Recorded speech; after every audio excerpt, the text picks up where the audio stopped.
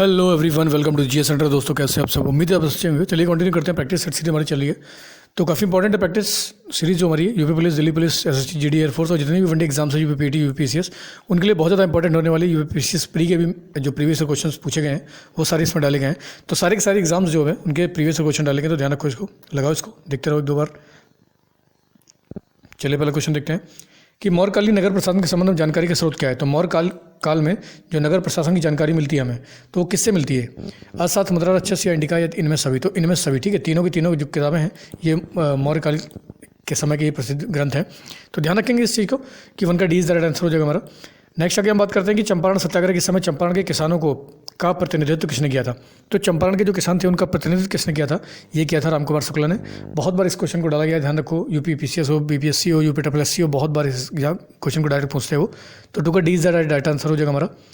Next हमारा question है कि भारत छोड़ो आंदोलन के समय पटना सचिवालय, तो भारत छोड़ो आंदोलन के समय की घटना है कि पटना सचिवालय में गोलीकांड हुआ था। तो ये गोलीकांड कब हुआ था? जब भारत छोड़ो आंदोलन चल रहा था। तो ये हुआ था आपका 11 अगस्त को। 11 अगस्त 1942 को पटना के सचिवालय में गोलीकांड किया गया था क्रांतिकारियों के द्वारा। तो काफ़ी इंपॉर्टेंट फैक्ट है, प्रीवियस एग्जाम में इसको पूछा गया है। तो तरीका सी इज द राइट आंसर हो जाएगा हमारा। नेक्स्ट क्वेश्चन हम देखते हैं कि बिहार में 1857 के विद्रोह का सर्वप्रथम किस स्थान से आरंभ हुआ था। तो बिहार में जो 1857 का विद्रोह शुरू हुआ था वो कहाँ से हुआ था? दानापुर से, ठीक है। ध्यान रखेंगे, 4 का 20 द राइट आंसर हो जाएगा। दानापुर से बिहार में सबसे पहले विद्रोह शुरू हुआ था। नेक्स्ट हमारा क्वेश्चन है कि बिहार स्थित मुंगेर जिले के निकट धर्मपाल, तो पालवंश का शासक जो था धर्मपाल, वो किस शासक से पराजित हुआ था? तो धर्मपाल की जो पराजय हुई थी वो हुई थी आपकी नागभट्ट द्वितीय से। किसे? नागभट्ट द्वितीय से, नागभट्ट सेकंड से हुई थी। इसको ध्यान रखेंगे। 4 का 20 द राइट आंसर हो जाएगा हमारा। नेक्स्ट हम देखते हैं कि बक्सर का युद्ध के समय बंगाल और बिहार में द्वैत शासन कब लागू किया गया था।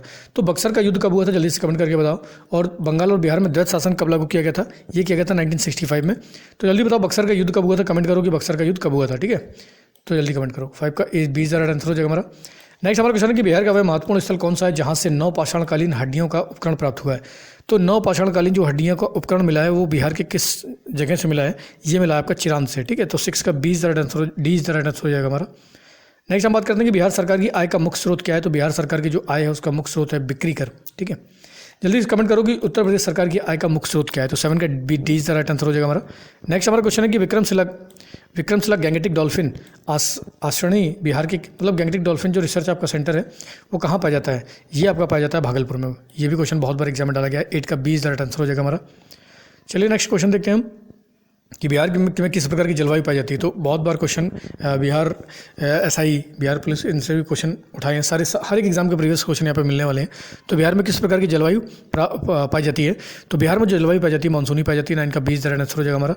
नेक्स्ट हम देखते हैं क्वेश्चन कि बिहार में सबसे अधिक भूमि में कौन सी फसल उगाई जाती है। तो बिहार में सबसे अधिक जो फसल होती है वो होती है धान की, ठीक है।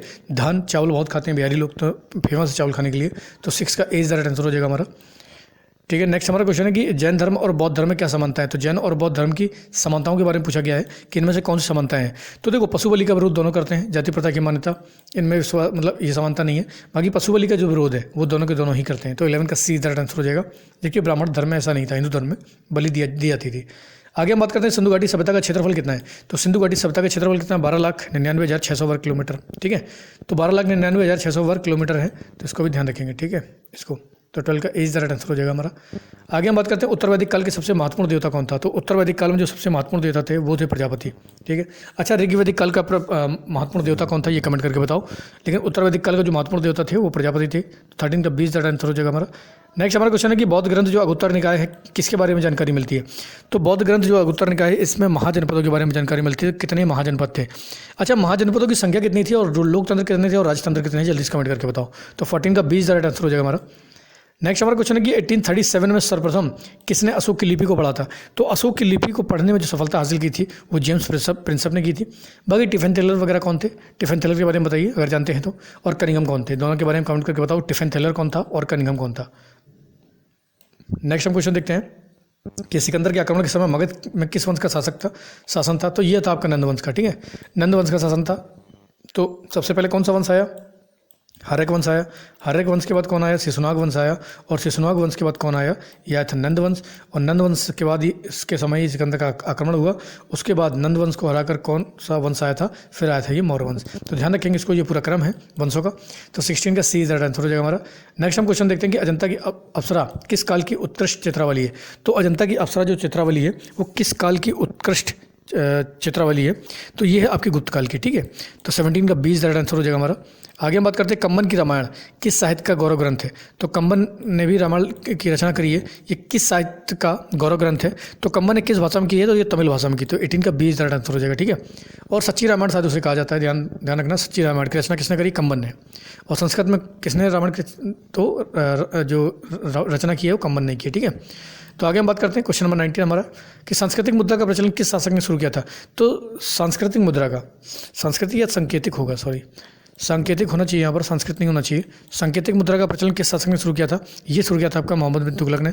ये होशियार तो बहुत था, इतिहास में इसको मतलब इंटेलिजेंट पर्सन था, लेकिन इसने जितने भी काम किए हैं सब इसको उल्टे पड़े हैं। तो ध्यान रखेंगे, मोहम्मद बिन तुगलक होशियार तो बहुत था, लेकिन इसके 4 प्रमुख काम थे जिसने इसको ले डूबा था।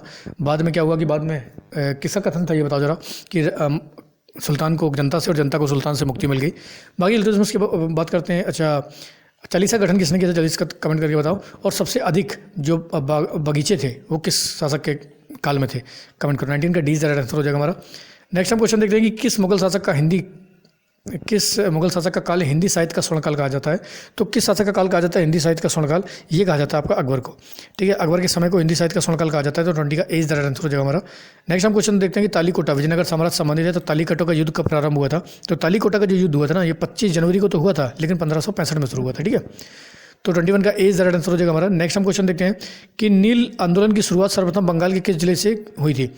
तो नील आंदोलन की शुरुआत जो बंगाल के किस जिले से हुई थी, ये हुई थी आपके नदिया जिले से। तो बंगाल के नदिया जिले से इसकी शुरुआत हुई थी, इसको ध्यान रखेंगे, ठीक है। तो 22 का 20 राइट आंसर हो जाएगा हमारा। नेक्स्ट हम क्वेश्चन देखते हैं कि वे कौन से तत्व हैं जिन्होंने भारतीय राष्ट्रवाद के उत्थान में सहायता की थी। वे कौन से तत्व हैं जिन्होंने भारतीय जो राष्ट्रवाद था, आंदोलन था, उसमें के उत्थान में सहायता करी थी। आर्थिक शोषण होना, बौद्धिक पुनर्जागरण होना, समाचार पत्र, ये सारे के सारे ही तत्व थे कि आर्थिक शोषण के बारे में लोग सजग हो गए थे। और सजग किसने किया था, समाचार पत्रों ने। और समाचार पत्र के पत्र पढ़कर उनका बौद्धिक पुनर्जागरण हो गया था। तो काफ़ी इंपॉर्टेंट फैक्ट है। 23 का डी राइट आंसर हो जाएगा। इस टाइप के क्वेश्चन भी एग्जाम में देते हैं। अगला हम बात करते हैं क्वेश्चन किस वायसराय का काल शिष्टमंडलों का, भूलों का तथा आयोगों का नाम से जाना जाता है। तो किसका काल था ये, तो ये था आपका कर्जन का, ठीक है। तो कर्जन का काल शिष्टमंडलों का और भूलों का और आयोगों के नाम से जाना जाता है। तो 24 का एज राइट आंसर हो जाएगा हमारा।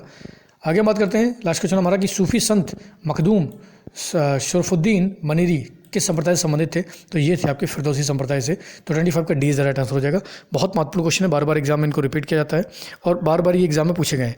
तो ध्यान रखो, इसको लगातार पढ़ाई करो, इसी तरीके से लगातार मेहनत करो, अच्छे लिखने बहुत है। जय हिंद।